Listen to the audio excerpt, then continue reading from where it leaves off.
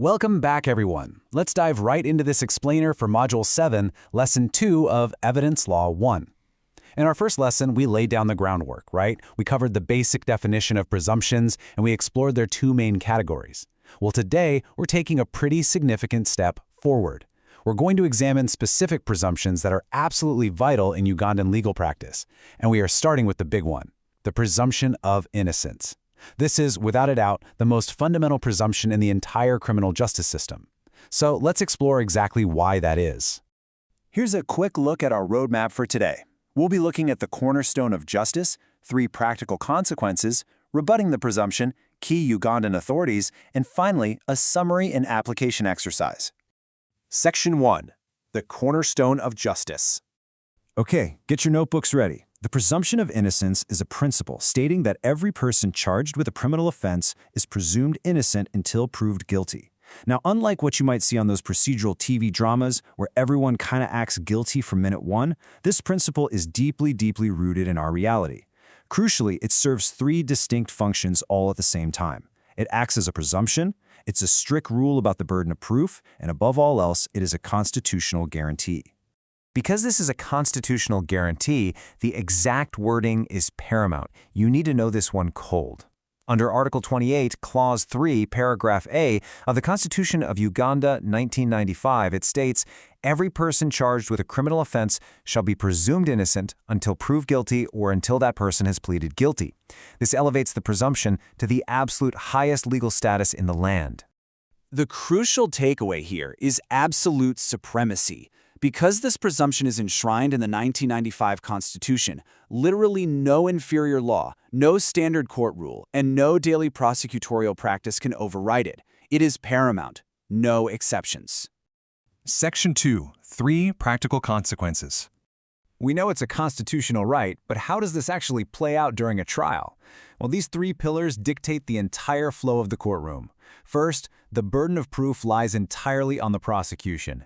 The accused walks into that courtroom presumed innocent, and honestly, they don't have to prove a single thing. Second, if at the very end of the trial any reasonable doubt remains, the accused gets the benefit of that doubt and must be acquitted. Which leads us right to the third pillar, the standard of proof. It must be beyond reasonable doubt. That's the only standard high enough to displace a constitutional presumption. Moving on to Section 3, rebutting the presumption. So we know the standard is incredibly high, but is this presumption rebuttable, or is it just some absolute shield? The answer is that it is rebuttable, but only under incredibly strict conditions. The state can only validly rebut this presumption by providing proof beyond reasonable doubt. That is it. That is the only valid method. It cannot be rebutted by mere suspicion, it cannot be rebutted by probability, and it certainly cannot be rebutted by the balance of probabilities that we use over in civil cases. Guilt must be proven beyond reasonable doubt. To truly appreciate this standard, we have to look to a foundational common law precedent. Viscount Sankey famously described the presumption of innocence as the golden thread running throughout the web of criminal law.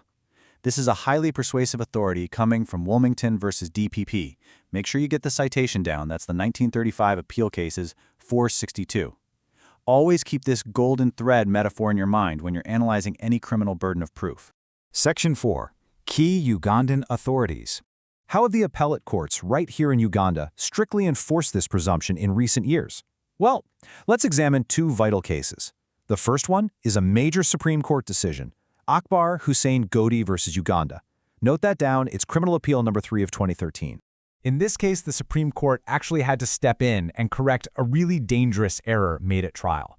The lower court had effectively completely reversed the presumption, treating the accused's failure to explain some suspicious circumstances as actual guilt.